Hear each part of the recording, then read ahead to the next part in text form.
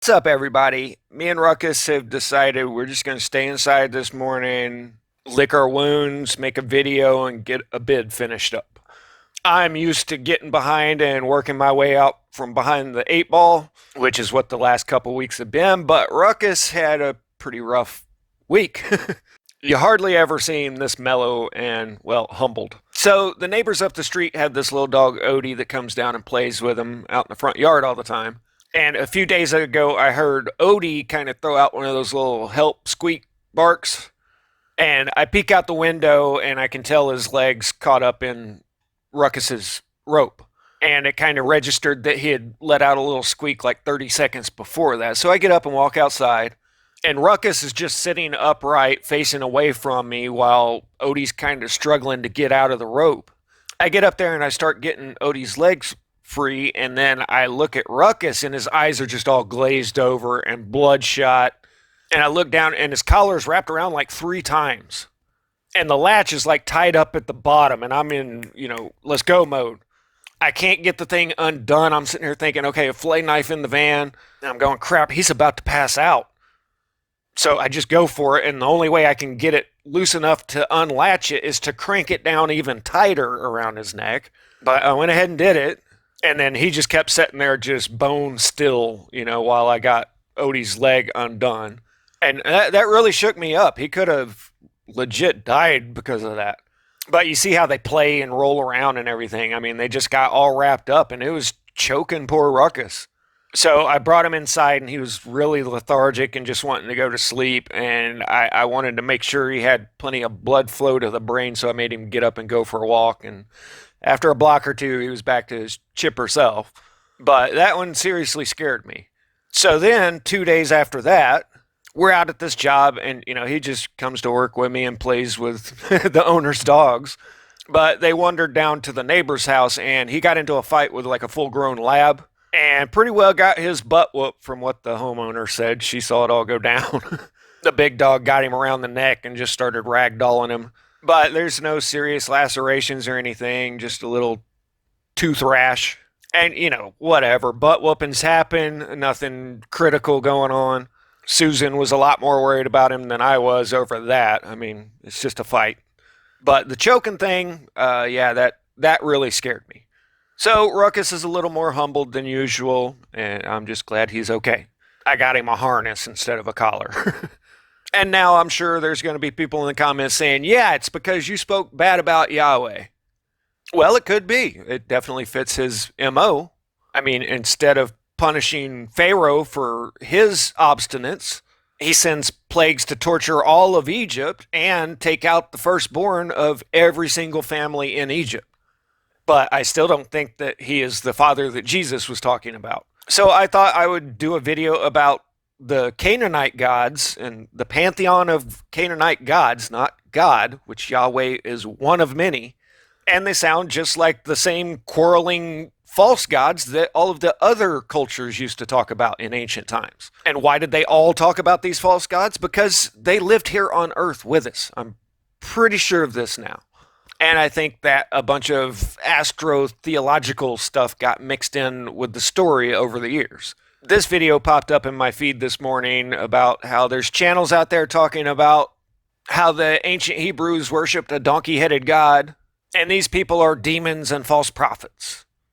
Jesus would have never said he was a fulfillment of the law and the prophets if the 7,000 times the name Yahweh was mentioned was referring to some pagan god.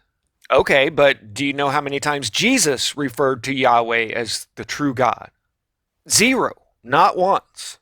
And just like you mentioned here, the Pharisees mentioned Yahweh 7,000 times. So Jesus knew good and well who these people worshipped, and made point-blank statements like, you are of your father the devil, the father of all lies. And when they asked him to rain down fire from heaven like the prophets of old, he said, you know not what manner of spirit you are of. Well, I'm going to give you a little teaser of what I've been gradually working up to here, but there is no record, archaeologically or written or otherwise, that there were ever any Hebrew slaves in Egypt.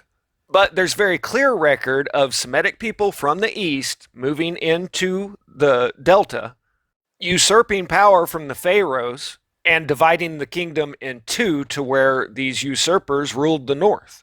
These people also outlawed the worship of all the other gods in the Egyptian pantheon and said, no, we are going to worship Set, the dark god, exclusively.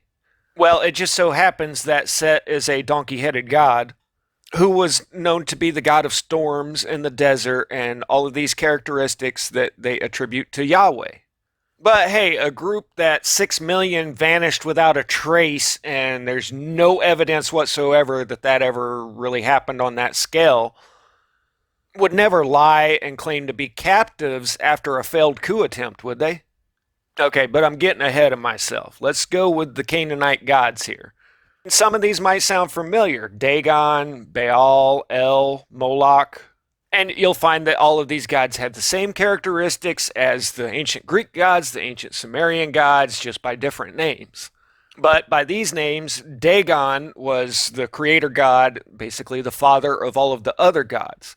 And we're going to go through a specific story about these gods and tell me that we're not talking about physical living beings. These are not just anthropomorphized stories about the weather. It's hilarious listening to a legit scholar try to explain how this is all analogous, or analogous, however you say that. They were just referred to as the powerful ones in ancient times. But ultimately, they were just here after gold. Now, you can go with whichever story you want on why that is. But to a primitive man, gold is pretty well worthless. There's a lot of better metals for warfare and things like that. It's shiny and it doesn't rust. But man's whole obsession with gold comes from these gods. So all of the ancients tell of a successive pantheon of gods. In the Greek language, you have the original king of the gods as Uranus, who was overthrown by the Titan Kronos, who was then overthrown by the Olympian Zeus. Now, scholars try to mishmash all of this up and say, well, they were just building on the myth of the older god. No, it's these guys took over the jobs from their predecessors. Only they lived for thousands of years. Same thing with the Canaanite pantheon. Scholars will say, well, they used to call the storm god Hadid, and then it morphed into Baal. No, Baal took over that job from Hadid. And I'm not sitting here saying that we're talking about beings from another planet, because from what I can gather off of this, some of these are still living underground. And you could very easily replace the word God with like officer, like a science officer. So you've got the officer of fertility, you've got the officer of the rain, which is one guy that specializes in genetic manipulation, the other in weather mods. But so Dagon was the old school father of the gods, who eventually yielded his kingship to El. And this is where scholars make it a jumbled up mess, because they say, well, Dagon was the supreme god and El was the same god, so they're both the same person. And no, Dagon was the supreme god in his time, and then El was the next supreme god in his time. We're talking about beings that grow old and retire. And then their kids take over, because El was the father of Baal and Yahweh and Yam and hundreds of others. And so the following is a story of when Baal went against El to take control, take kingship over the gods. And this is just too funny, so I'm going to use this for an icon for Baal, because he was the storm god and the god of war. And this is El, his father, who was king of the gods. Now, as the story goes, I'll kind of just paraphrase things here. The time of El's kingship was waning, and he ruled from his holy mountain, where at the base of this, the whole world was supplied with fresh water. This is actually Mount Hermon. So to the people, the Canaanites that lived in the region, this was their whole world. And El had ruled over his divine assembly for eons, but El had doubtlessly overthrown even older gods before he took kingship. El's wife, Asherah, the lady of the sea and the mother of the gods, visited El with Prince C, and they told this Prince C that he would be the king of the gods. Now, Anat heard about this, and if this isn't an Egyptian depiction of Anat, then I don't know what is. But she's described as the violent and angry sister of Baal. There's hundreds of brothers and sisters, but evidently these two were close, and she was the violent, angry one. And she was an enemy of Prince C. And Anat was angry that Prince C was going to become king. So basically, all of the gods start dividing. Some are on Prince C's side, some are on Baal's side. Prince C demands that the other gods hand over Baal to him so he can, quote, inherit his gold. Now, I don't know about you, but I don't see how spiritual beings have any desire whatsoever for gold. But physical ones do. So this Kothar Wahasis constructed two mighty weapons for Baal to destroy Prince C with, and he calls them Driver and Chaser. Now, I'm going to shorten this story big time because it's not written in English. The syntax is all off. It's written like a poem. But you've got this feud going on between the gods, and Prince C sends his messengers to a feast that El is having. El still being the king of the gods. And he instructs his messengers to go in, don't bow down, don't, pay your respects, just go walk straight in and deliver my message. And this is back in a time where a messenger is to be treated as the king or the god himself. So the messengers walk in, they interrupt the feast. All of the other gods bow their heads down in honor to the messenger. And Baal gets mad and says, no, this guy isn't even king yet. This is his messenger. Anyway, he kills the messenger.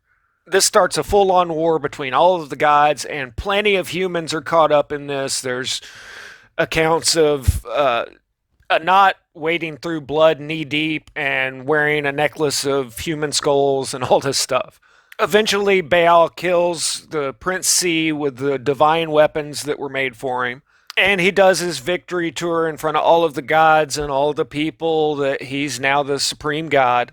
But Mot, the king of the dead in the underworld, doesn't attend his divine banquet and refuses to accept him as king. Baal heard about this, and just to give you an idea how this is written, he says, I alone, the ruler of the gods, I alone fatten the gods and men, I alone satisfy earth's masses. So he sends his messengers to Mot in the underworld with this message. Mot, Death, replied pretty cryptically with the fleeing serpent finished off the twisting serpent, and the seven-headed monster of the heavens withered and weakened like the folds of your robe. Now you must descend into the throat of El. Now, that sounds weird to me, but evidently it was pretty serious because this made Baal really worry, and he surrendered himself to death. So Mot told him, take your clouds, take your winds, take your bolts, your rain, take with you 7 lads and your 8 noble attendants, go to Mount Cancun and raise the mountain with your hands. Then go down to the isolation ward of the underworld. So this is solitary confinement of hell, evidently. Then you will be counted among those who go down into the earth, and the gods will know that you have died. Well, Baal concedes to this, but on his way there, he stopped off in a field and coupled with a heifer many times. And yes, coupled means what you think it means because eventually it bore him a son. And by the way, that reminds me a whole lot of the red heifer sacrifice. And that was probably the worst rendition of that story that has ever happened. I'm sorry. It's written in a way that's hard to even break down into manageable bites. But let's go over some things here. These gods procreate. They have fathers and mothers and brothers and sisters. They eat because they're having a feast every other line. They evidently grow old and have successors to whatever station they hold. They have weapons they can kill each other with. They can take out whole cities worth of men. And they die and can be sent into the underworld. So that pretty clearly describes a mortal living being and not some ephemeral supernatural entity. Now, the name Baal just means Lord, and all throughout the Old Testament, they just call God Lord. Where was Yahweh during all of this? Well, Yahweh to the ancient Canaanites was just the god of metallurgy, just like the god Vulcan was to the ancient Romans. The name Yahweh is often interpreted as I am that I am, But I'm not going to get into a philological discussion right now. Back to the video from the beginning that popped up in my feed this morning. Sling and Stones is saying that people like me who question all of this are putting out evil demonic teachings, because I think it's possible that this Yahweh is not the Father that Jesus Christ was talking about. And then they say that one of the first accounts of Yahweh revealing himself is to Moses at the burning bush. Well, that's true-ish, I guess. We just skipped over all of the Genesis accounts of like Abraham and whatever God it was that he dealt with. When Moses asked this entity, what should I tell the Israelites that you are? He said, well, just tell them I am that I am. And that I'm the God of your forefathers, but nobody ever called me by this name. I was known by other names, which seems a little suspicious to me, because the old names were El, of the Elohim, like angels, which means messenger of God. And all of the angels' names end with El, like Raphael, God is healed. Michael, a gift from God. Gabriel, God is my strength. It's obvious that El is God in all of these scenarios. Prior to that, he was known as El Shaddai, El Elyon. But then in Exodus, which is only the second book of the Bible, he says, well, okay, now I'm Yahweh, and I will forever be called Yahweh and be referred to as Lord, which is what Baal goes by. So I don't know. Maybe I am one of the false prophets talked about, and you definitely shouldn't listen to me. But these are some of the comments from that video saying that I'm doing demonic teachings. Kind of ironic that the one guy says it's easier to fool people than to convince them they've been fooled. And above that, Shield of Faith proudly confesses that Jesus is Yahweh God. So Jesus that healed the sick, cast out demons, and when asked to rain down fire from heaven, told them that you don't even know what spirit you are of. Just all of a sudden had a big change of heart from all of his actions in the Old Testament, where he plagued Egypt, with, rivers of blood and insects and frogs and plagues and disease, and killed all the livestock and the firstborn of every family in the whole nation. And then told the Hebrews, okay, I'll lead you over to the land of the Canaanites and you can have all their land.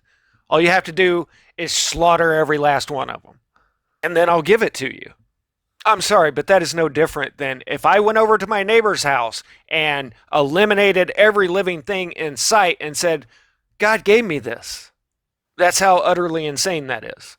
So yeah, I do think people have been fooled here. And I think the false prophets have been around for a lot longer than I have.